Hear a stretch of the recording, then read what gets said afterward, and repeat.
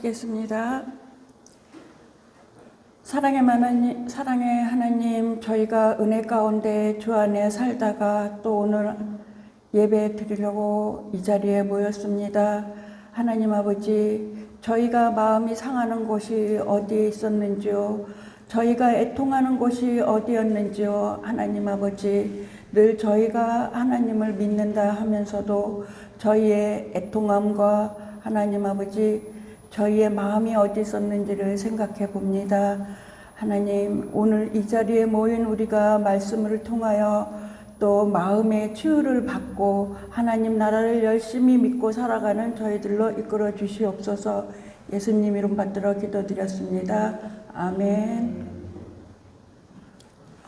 오늘 말씀은 성경에서 이제 같이 제가 이제 저기다가 띄워놓은 거는 너무 길어서 사실은 이제 좀 줄여볼까 했는데 말씀이 줄일 수가 없더라고요. 그래서 이제 누가복음 17장 20절부터 37절까지 저희가 쭉 읽으면서 오늘 한번 이 말씀을 좀 어떻게 보면 그 말씀이 굉장히 좀 무겁기도 하고요. 또 저희의 또 좀 다시금 돌이킬 수 있는 말씀이기도 한 것 같아서 요즘 시대의 많은 힘듦 속에서 이 말씀을 갖고 또 깨닫기 바라는 마음에서 오늘은 조금 더 묵상하면서 읽어보시기 바랍니다. 20절부터 같이 20절부터요.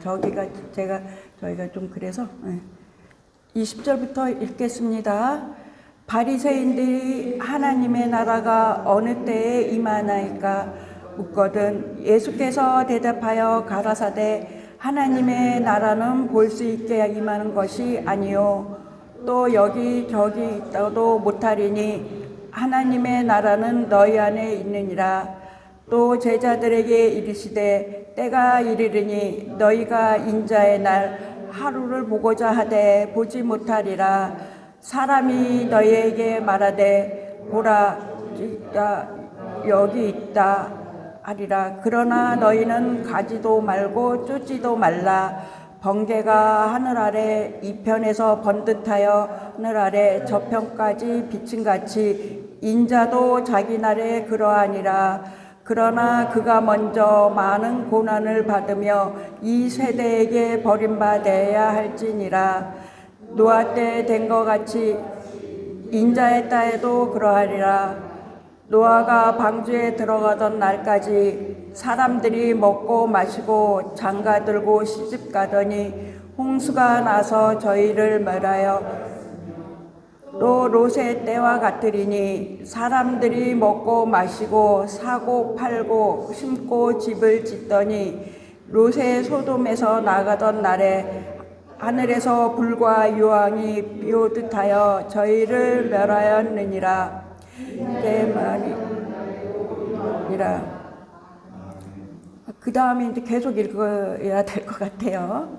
어쨌든 그날에 만일 지붕 위에 있고 그 세간이 집안에 있으면 그것을 가지러 내려오지 말 것이요 밭에 있는 자도 이와 같이 뒤로 돌이키지 말 것이라. 롯의 철을 생각하라. 무릇 자기 목숨을 보존하고자 하는 자는 잃을 것이요 잃는 자는 살리라. 내가 너희에게 이르노니 그 밤에 두 남자가 한 자리에 누워 있음에 하나는 데려감을 당하고 하나는 버려둠을 당할 것이요 두 여자가 함께 맷돌을 갈고 있음에 하나는 데려감을 당하고 하나는 버려둠을 당할 것이라. 저희가 대답하여 주여 어디에 오니까 가라되 죽어 있는 곳에 독수리가 모이느니라 하시니라. 아멘. 사실 제가 이제 오늘은 좀 특별한 날이기도 하지요. 왜냐하면 목사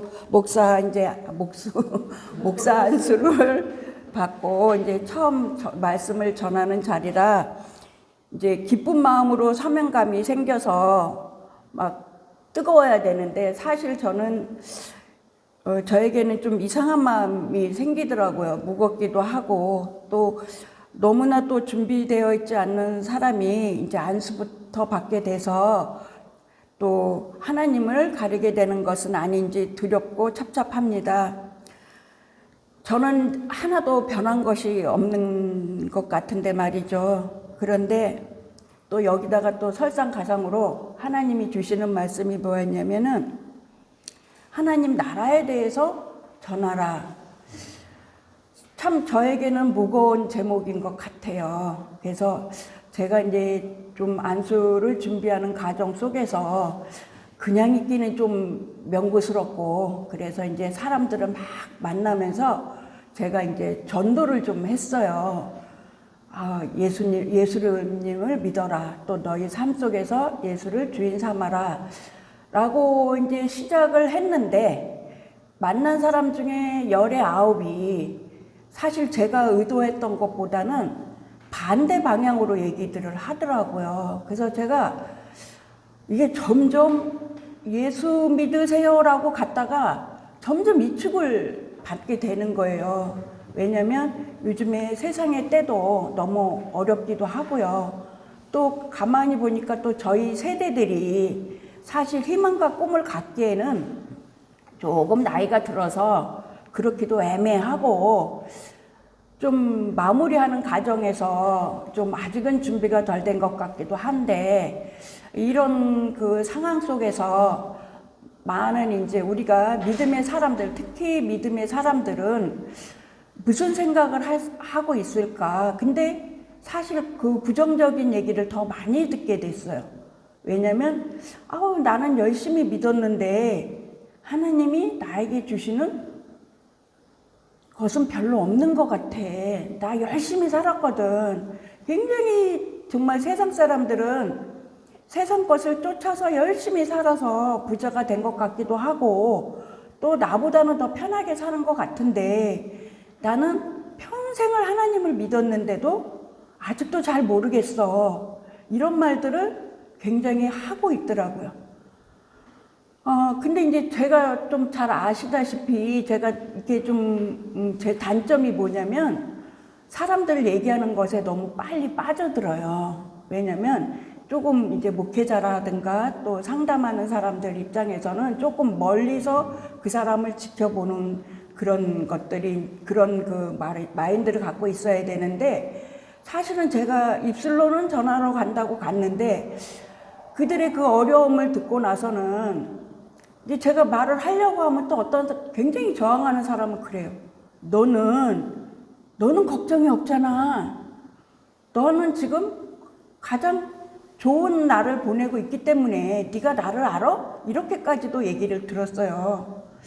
그럼 저 또한 너는 나를 아니? 이러고 싶었지만 그냥 그거는 그분들의 이제 어려움 속에서 나오는 말이라, 돌아오는 길은 굉장히 발이 무겁더라고요. 왜냐면 그 말씀 속에서 그들을 위로하고 또 하나님 말씀을 전하고 와야 되는데 그들의 입술 속에서 부정한 말만 꺼내놓게 한 게 아닌가 하는 죄책감도 들었어요, 사실은. 그래서 참 이 말씀을 갖고 굉장히 많이 좀 무거웠어요. 그러니까 제가 다듬어지지 않는 모습은 또 뒤로 한 채로 또 하나님께 또 눈을 딱 또 실눈을 뜨면서 이렇게 또 얘기했어요. 하나님, 지금 우리가 처해진 현실들이 저렇게 어렵다고 하는데 저보고 하나님 나라를 전하라고요? 저 돌멩이 맞아요. 왜냐면 그들이 절박하게 느껴지는 것은 땅의 것이기 때문에 그래요. 근데 저보고 갑자기 저도 자신할 수 없는 그 하나님 나라를 전하라고 하니까 이게 굉장히 저한테는 돌멩이가 얹어지는 상황이더라고요. 그래서 지금까지 그 목회자 길을 가는 사람들, 또 지금 안수를 받고 시작하는 사람들을 보면 되게 부러웠어요. 저렇게 담대함으로 하나님을 전할 수 있는 게 참 되게 부럽기도 하고, 또 그 속에서 제가 이제 돌이키면서 말씀을 계속 보는데, 오늘 이 주신 말씀을 이렇게 저에게 주시는 걸 보는데, 이게 정말로 하나님 나라에 대해서 얘기를 하는데, 이제 이 바리새인들의 이 모습들이 있잖아요. 근데 제가 이제 성경을 우리가 좀 나누는 몇 분들이 있는데, 그 안에 이제 우리가 성경을 보다 보면 그 안에 이제 여러 형태의 사람들이 있잖아요. 거기에는 바리새인들도 있고, 제자도 있고, 군중의 이제 무리들도 있고. 그럼 과연 우리는 어느 곳에 속해 있을까요? 마음속에서 한번 생각들을 좀 해봤으면 좋겠어요. 우리는 과연 어느 것에 더 가까운가? 그렇게 예수님께서 진절머리를 내는 바리새인의 모습이나 그 대화 속에서 사실 더 저는 가깝다고 느껴질 때가 더 많았어요. 그래서 여기에 제가 이 말씀이 굉장히 사실은 너무나 어려운 말씀이고, 이걸 굉장히 그 많은 말씀을 묵상한 목사님들이 전하는 말씀이기도 한데, 제가 이제 여기서 제가 용기를 얻은 거예요. 뭐냐면 이제 20절에 보면은 바리새인들이 하나님 나라가 어느 때에 임하나이까 묻거든 예수께서 대답하여 가라사대 하나님의 나라는 볼 수 있게 임하는 것이 아니오 그랬죠. 우리가 하나님을 찾을 때 보통 어떻게 찾나요? 보통 우리의 어려움이 있을 때 제일 많이 집중을 하는 것 같아요. 사실은 평안할 때는 이게 하나님이 주신 우리의 축복이야 이러고 좀 믿는데, 정말 우리에게 어떤 불안한 점이나 어떤 어려운 점이 생겼을 때 가장 이 비슷한 질문을 하나님께 우리가 하지 않았나요? 하나님 어느 때 우리에게 임합니까? 여러분들은 하나님이 어느 때 임한다고 생각하시나요? 근데 예수님이 저희에게 또 한 방을 먹이십니다. 뭐라고 하시냐면 볼 수 있게 임하는 것이 아니라고 말씀하셨어요. 얼마나 우리가 답답해요. 좀 보여주시지. 보여주시지. 왜 보일 수 있게 임하는 것이 아니라고 말씀하셨을까라고 했는데, 이것은 이제 바리새인들에게 말씀하시는 거더라고요. 그래서 그 다음에 이제 또 21절을 보니까 또 여기 있다 저기 있다 못하리니 하나님 나라는 너희 안에 있느니라 그랬어요. 정말로 아멘 하신 분, 그 마음에 하나님이 함께 하시나요? 너무 은혜스럽습니다. 사실 저는 요즘에 많이 들었던 말이 이 말씀보다는 지옥 같아, 공허해, 희망이 없어, 이런 답답한 말들을 너무나 많이 들었기 때문에 이렇게 예수님께서 말씀하시는 그 바리새인의 질문에 우리가 더 가깝지 않았을까? 근데 이제 그러니까 예수님께서는 이렇게 말씀하셨죠. 하나님 나라는 너희 안에 있어. 여기서부터 우리는 고민이 들어가야 되는 것 같습니다. 지금 우리의 마음의 상태가 바리새인의 마음입니까? 아니면 예수님이 주가 되신 그 마음이 있을까요? 우리가 그 안에 하나님 나라에 있다면 우리가 쓰던 그 단어들이 쏙 들어가겠죠. 근데 사실은 우리가 하나님 나라는 너희 안에 있느니라 라고 했을 때 너희와 함께라는 뜻도 있다고 그 말씀을 보니까 있더라고요. 그래서 이 말씀에 굉장히 무게가 있는 것 같아요. 처음에 질문으로 우리가 아마 지금 믿는다 했지만 바리새인들처럼 어느 때 임합니까? 우리가 지금 저희가 힘든데 좀 임하세요. 세상이 이렇게 어지러운데 임하세요. 아마 그런 기도를 많이 해보시지 않으셨나요? 그런데 예수님께서는 너희 안에 있다고 하셨죠. 그리고 또 제자들에게 또 이런 말씀을 하셨어요. 너희가 인자의 날 하루를 보고자 하되 보지 못하고, 또 사람이 너희에게 말하되 저기 있다 보라 여기 있다 보라 하리라. 그러나 너희는 가지도 말고 쫓지도 말라. 이게 굉장히 좀 무게가 있는 말씀인 것 같아요. 왜냐하면 우리는 막 예수님을 찾고자 하잖아요. 그런데 왜 많은 사람들이 그 말씀에 현혹으로 할 때 어떻게 해야만 너희가 하나님이 너희에게 임하신다라고 얘기하거든요.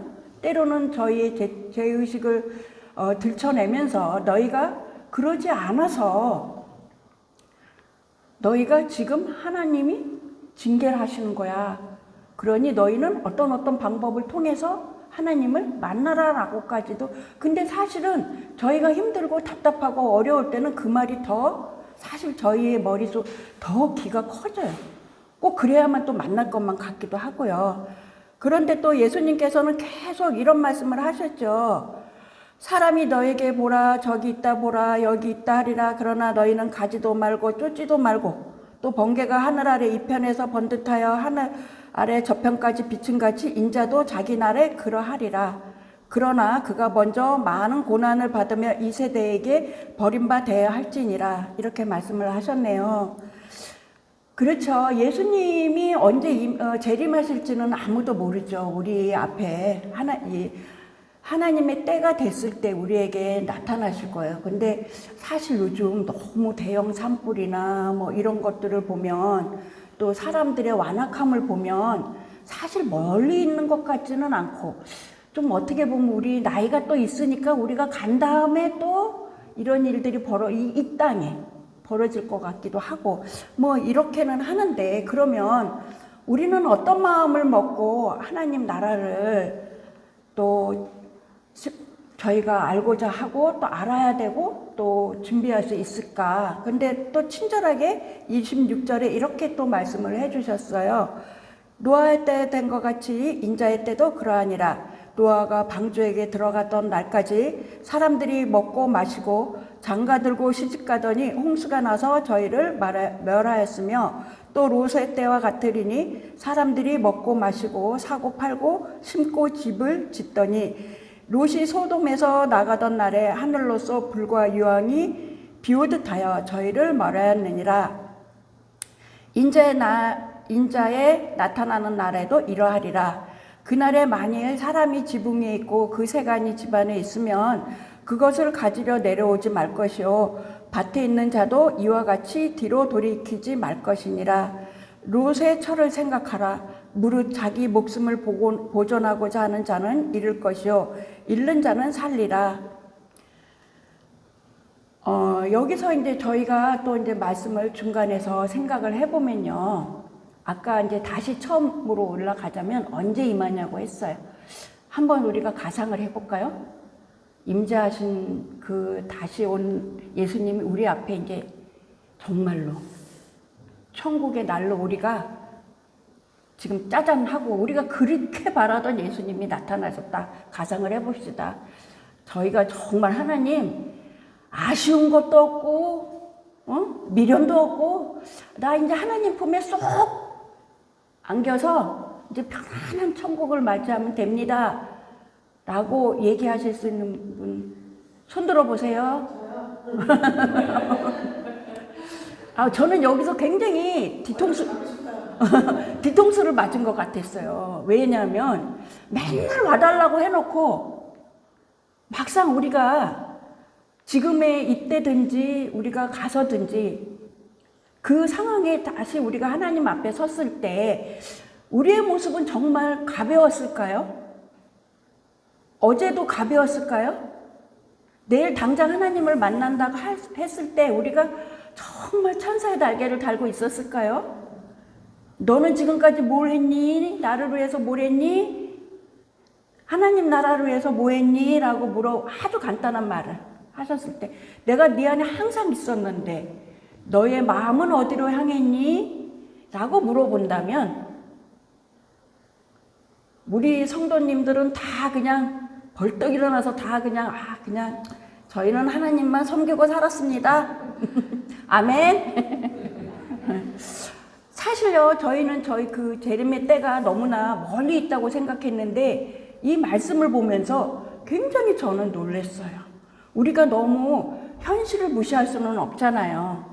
우리가 한 40년은 더 살 수 있을 것 같기도 하고, 원래는 뭐 그냥 한 80까지만 산다고 얘기하지만 그럼 80까지 잘라서 20년 동안 좀 살아야 되기 때문에 뭔가 비축도 해야 될 것 같고 좀 준비를 해야 될 것 같은데, 준비된 것이 없다는 그 생각부터 우리에게는 좀 멀리 가는 것 같아요. 하나님 앞에 준비해야 되는 과정을 생각해 보면. 근데 아까도 얘기했지만 우리가 너희 안에 내가 있어 라고 말씀하셨는데 우리의 마음이 생족이다. 이게 아이러니하지 않나요? 그 두려움 속에서 우리가 가만히 생각해 보면 너무 몰두되어 있는 것 같아요. 제가 이런 생각을 했어요. 그런데 하나님 우리의 삶도 있는데 그걸 무시할 수 없잖아요. 그래서 하나님 우리에게 조금 편안함을 달라는데 우리가 뭐 몇십억을 달라는 것도 아니고 그냥 좀 다니고 차도 좀 끌고 밥 세 끼 좀 먹고 병원 갈 때 걱정 없고 요 정도뿐인데 영 기분이 안 좋단 말이에요. 그만큼 안 돼 있는 것 같아서. 근데 그것에 너무 몰두하지 말자고요. 오늘 성경을 보고 너무 저는 놀랐어요. 우리한테 올 사실 우리가 지금 마음이 불편하고 힘들다. 과연 어느 때일까요, 우리는? 우리가 성화되는 과정일까요? 심판의 날일까요? 노아는 그 사람들의 조롱 속에서도 그 방주를 만들고 110년 동안 꿋꿋이 만들었던 그 예를 보이셨잖아요. 사람들은 엄청 비웃었어요. 그리고 거기서도 하나님은 그래 너희 세상을 알아. 그런데 노아가 있지 않니? 노아가 그 하나님 그 방주를 위해서 그 구원의 때를 위해서 우리가 구원받은 자로서의 새 삶을 살아가는 그 모습을 위해서 노아는 정말 세상 것에 몰두되어 있는 사람들에게 아마 비웃음거리였을 거예요. 그러나 결국은 그 노아가 새로운 세상을 열리게 하는 사람들로 또 그 안에서 건지셨죠. 그리고 또 여기서 말하는 롯, 그쵸? 롯도 구하셨잖아요. 그 소돔과 고모라로 갔을 때 정말로 그 아브라함의 그 은혜로 아브라함의 그 믿음으로 어떻게 곁다리로 살았는데 결국은 소돔과 고모라를 갔어요. 그죠? 그런데 거기에 그 롯의 부인을 우리가 한번 생각해 보자고요. 롯의 부인이 어떻게 됐었죠? 소금 기둥. 왜요? 뒤돌아보다가 아마 전력 질주를 해서 갔으면 그죠? 그런 일이 없었을 텐데 불과 우리 요번에 산불 났을 때 그걸 제대로 우리가 그 현장에 있던 사람들도 있었지만 우리가 그것도 제대로 마주할 수가 너무 없었잖아요. 그걸 계속 몇 시간씩 볼 수 있었나요? 너무 무서워서 우리가 그거를 돌렸잖아요, 사실은. 너무 무서워서. 그런데 그런 현상이 벌어지는 그 때도 롯의 아내는 돌아봤대요.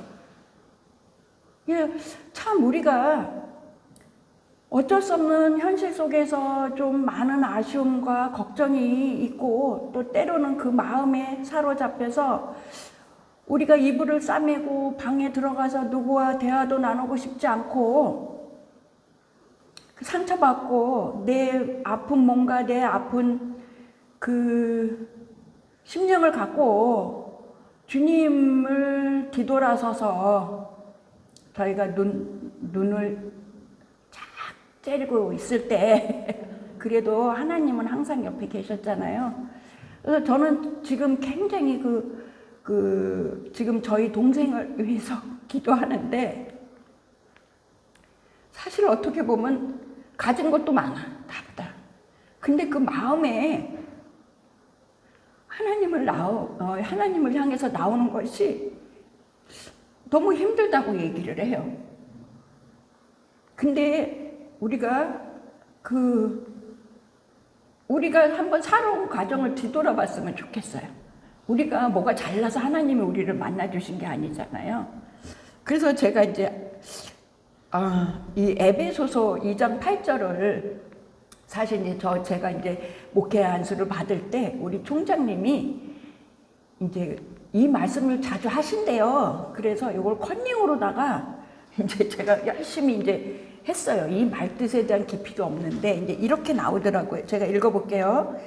너희는 그 은혜에 의하여 믿음으로 말미암아 구원을 받았으니 이것은 너희에게 난 것이 아니요 하나님의 선물이라. 행위에서 난 것이 아니니 이는 누구든지 자랑하지 못하게 함이라.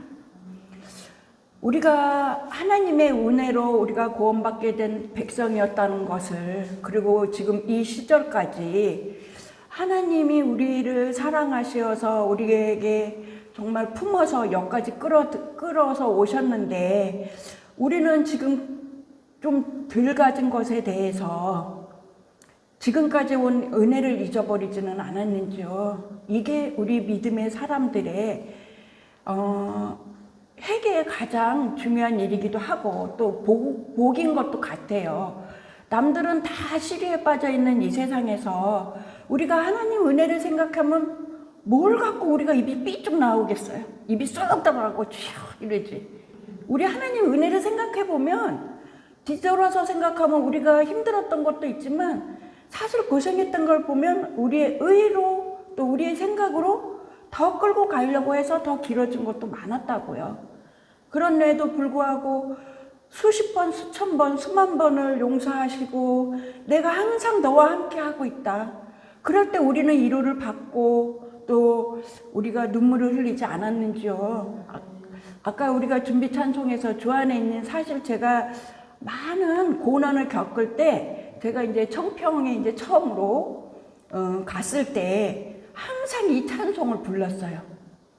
근데 제가 뭐 늘 얘기하잖아요. 좀 놀았다고. 근데 참 청평을 간 이후로는 참 열심히 살았어요. 제가 생각해도. 왜 그랬나 생각해 보면 하나님께서 그 은혜로 나를 감싸주셔서 정말 다른 사람들이 볼 때 얼굴에 기미는 가득 차고 그 지난 세월에 쓴뿌리로 가득 채워져 있고 내 세상에서 빠져 있는 나를 늘 하나님께서는 저를 이끄셨더라고요. 그래서 하나님이 1호로 살았어요. 그래서 제가 한번 그 간증을 얘기했잖아요. 우리 세 친구가 그 이영미 목사님이 처음에 청평에서 말씀을 가르칠 때 우리 셋이 이제 앉아있다가 그런 얘기를 해서 세 친구가 있었어요. 야, 우리 한번 하나님이 우리 소원을 들어주냐 보자. 한 사람은 자녀들이 이제 혼자 사는 친구인데 남편이 가고 자녀를 굉장히 열심히 기르던 친구였어요. 나는 우리 아이들이 이 나라에서 최고의 회사에 들어가서 잘 직장 생활을 했으면 좋겠어. 걔네들이 대학생이었을 때였어요. 또 다른 한 친구는 저는 좀 안정된 직장을 가고 싶어요. 또 저는 글쎄 이럴 줄도 모르고 하나님을 전하고 싶다. 하나님의 일을 하고 싶다. 그게 한 17년 정도, 10년이 훨씬 넘은 얘기거든요. 그런데 이제 어느 날 새 친구가 만났어요. 이제 몇 년이 흐르고, 근데 이 친구들이 다 우리 하나님이 다 들어주셨더라고. 그 두 자녀는 삼성에 취직을 했고, 또 한 친구는 저희 회사에 들어와서 복박이로서 나이가 많든 적든 아주 그냥 실장으로서 힘을 강력하게 발휘하고 또 어렵다는 이 세상에 그래도 매년 연봉이 올라가고 있습니다. 그래서 그 친구가 지금 항상 감사하다 그래요. 근데 제가 돌이켜보니까 하나님 일을 하고 싶다고 늘 얘기하던 게 어느 날 제가 아까 이제 이영미 목사님이 그러셨어요. 당신들이 말씀을 전하는 목회자가 됐으면 좋겠습니다. 그게 분명히 틀리긴 틀리더라고요. 뭐냐면 내가 하나님 은혜 가운데 살아요 주여 주여 할 때와 내가 말씀을 갖고 전해야 될 때는 그것을 받아들이지 않는 곳에도 가야 되고요. 그들을 위해서 기도도 해야 되고요. 나보다는 그 불쌍한 영혼들을 위해서 하나님께 기도해야 되는 것들이 있더라고요. 억울한 소리도 많이 듣게 돼요. 그리고 하여튼 좀 그래요.